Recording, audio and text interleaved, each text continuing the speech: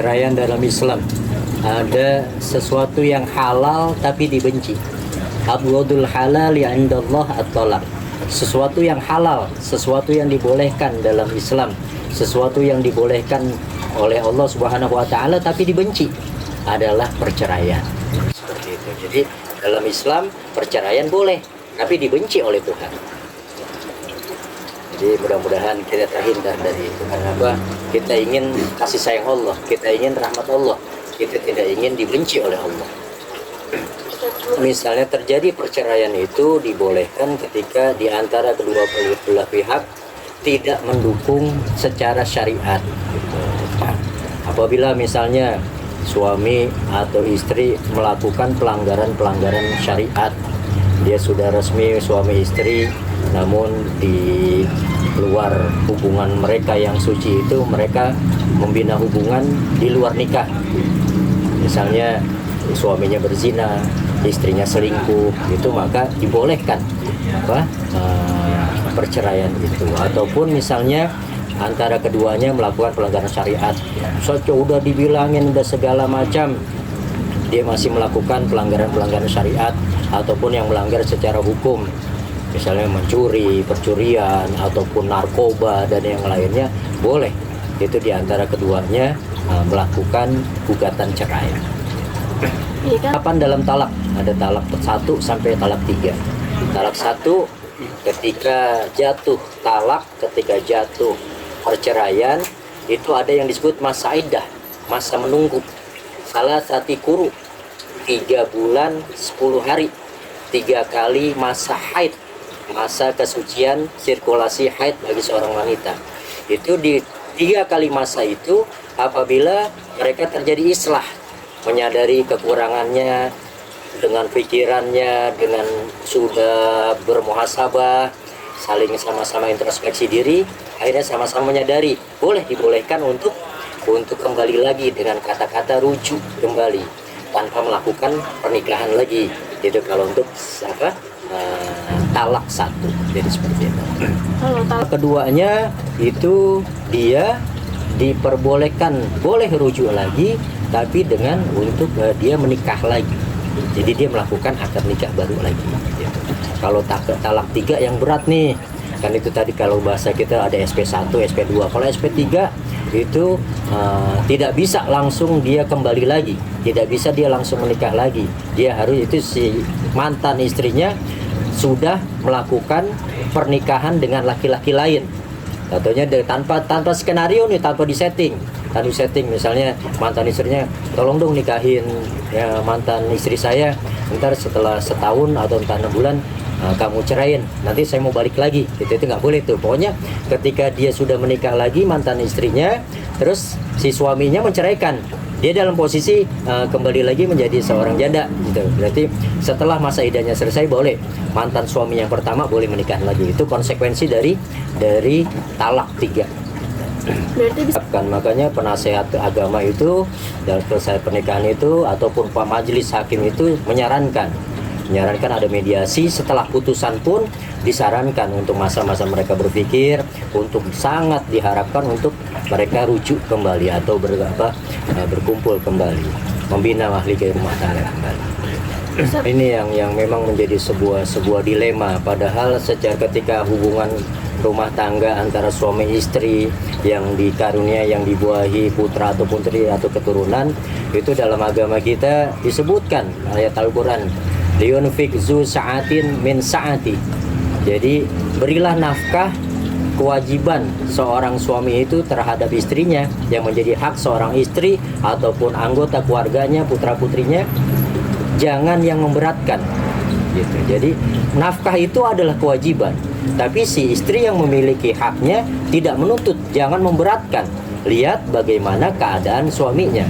Makanya dibutuhkan saling rasa pengertian antara suami dan istri. Itu kan apa? Itu adalah perintah agama.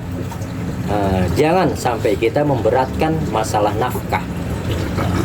Tapi ketika nafkah, kita dalam Kementerian Agama di Pengadilan Agama mengacu kepada konspirasi hukum Islam, dan di situ masalah nafkah ketika masa perceraian sampai dengan setelah perceraian itu diatur secara komplit. Ada yang disebut dengan nafkah maudiyah. Itu ketika dituntut itu ketika masa-masa rumah tangga mereka itu ada yang dinilai oleh si mantan istri ataupun istri yang pada saat itu terjadi proses perceraian, dia nilai saya ketika berumah tangga saya, nafkah saya nggak diurusin, nafkah saya tidak diberikan dengan semaksimal mungkin, ataupun suami saya mengabaikan nafkah saya. Boleh ketika perceraian itu, ketika sidang perceraian itu menuntut, saya menuntut nafkah maudiyah. Artinya ketika masa rumah tangga ini ada nafkah-nafkah yang terbengkalai, boleh si istri itu menuntut yang disebut dengan nafkah maudiyah. Setelah ataupun misalnya nafkah iddah. Jadi boleh dalam secara syariat ketika sudah jatuh putusan majelis hakim pengadilan agama, kan tadi ada masa tunggu 3 bulan 10 hari. Di situ boleh si istri itu menuntut haknya, dalam artian menuntut yang disanggupi oleh si suami. Jadi tidak dia mematok pokoknya 10 juta ataupun 50 juta ataupun 100 juta selama setelah perceraian ini, nggak boleh. Jadi itu tadi tetap mengacu pada konsep tidak memberatkan, antarodin, saling ridho. Bagaimana kita lihat kondisi mantan suaminya seperti itu. Surat At-Tolak ayat 7.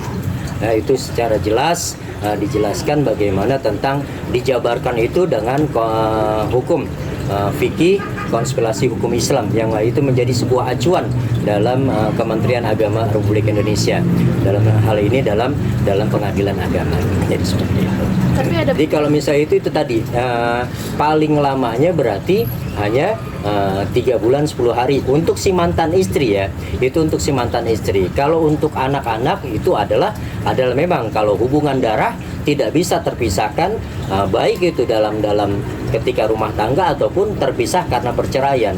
Kalau itu menjadi sebuah kewajiban seorang ayah, seorang suami atau seorang mantan suami, tapi nggak ada kan mantan ayah. Jadi itu tetap kalau untuk si anak itu wajib si orang tua, ayah dan juga ibunya juga. Karena apa? Untuk membesarkan ini adalah kewajiban kedua orang tua, baik ayah ataupun ibu. Jadi keduanya. Dan untuk yang kita permasalahkan ini adalah nominal.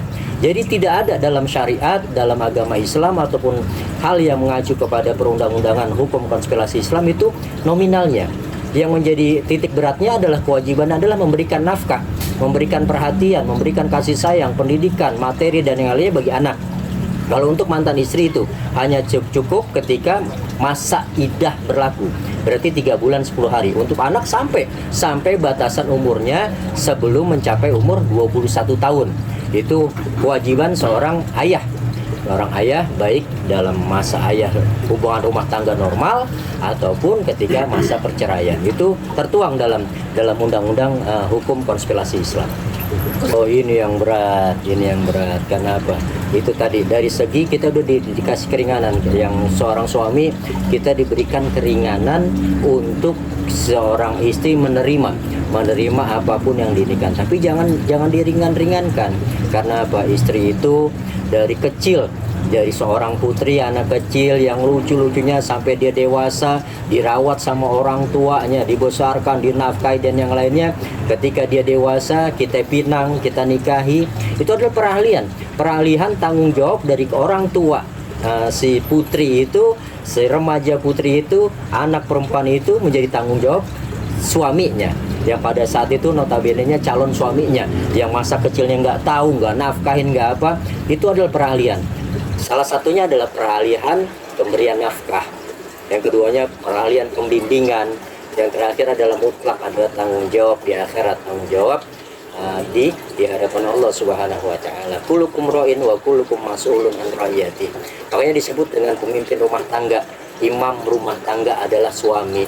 Kita akan diminta pertanggungjawaban yang laki-laki yang suami atas istri kita. Bagaimana? Kenapa?